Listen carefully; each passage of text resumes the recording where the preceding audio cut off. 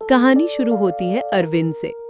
अरविंद शहर से आया था और उसे इन अंधविश्वासों पर हंसी आती थी। उसने अपने दोस्तों को कहा, अगर हिम्मत है तो आज रात हवेली में चलते हैं, देखेंगे कितना भूत है वहां। रात के 12 बजे अरविंद और उसके 3 दोस्त सुमित, विवेक और रोहित टॉर्च लेकर हवेली पहुंचे। दरवाजा टूटा हुआ था। हवा के साथ उसकी चरमराहट सुनकर ही रोहित ने कहा, मुझे अच्छा नहीं लग रहा, चलो वापस चलते हैं। लेकिन अरविंद मुस्कुराया, अरे डरपोक, बस 1 घंटे में वापस आ जाएंगे। हवेली के अंदर जैसे ही उन्होंने कदम रखा, अंदर की हवा ठंडी हो गई। दीवारों पर पुरानी तस्वीरें टंगी थीं, जिनकी आंखें मानो उन्हें घूर रही थीं। ऊपर से मकड़ी के जाले और टूटे झूमर लटक रहे थे। अचानक विवेक ने देखा, सीढ़ियों पर एक हल्की सी परछाई फिसलती हुई ऊपर चली गई। तुमने देखा? विवेक ने कांपते हुए पूछा।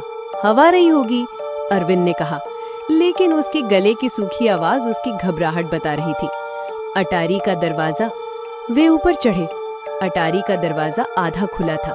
जैसे ही उन्होंने धक्का दिया, दरवाजा चरमरा कर खुला और अंदर से तेज ठंडी हवा का झोंका आया।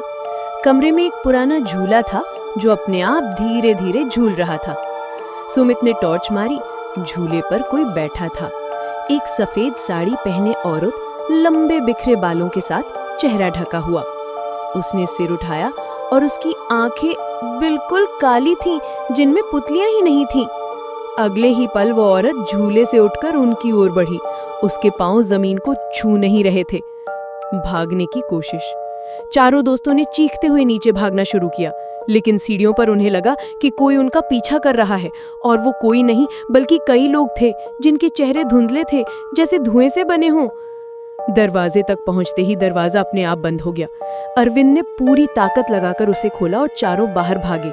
आखिरी नजारा, जब वे हवेली से काफी दूर पहुंच गए, उन्होंने मुड़कर देखा। हवेली की टूटी खिड़की में वही सफेद साड़ी वाली औरत खड़ी थी, मुस्कुरा रही थी, और उसके पीछे ठाकुर रणविजय सिंह का पूरा परिवार खड़ा था, एकदम चुप, लेकिन उनकी आंखें बिल्कुल काली।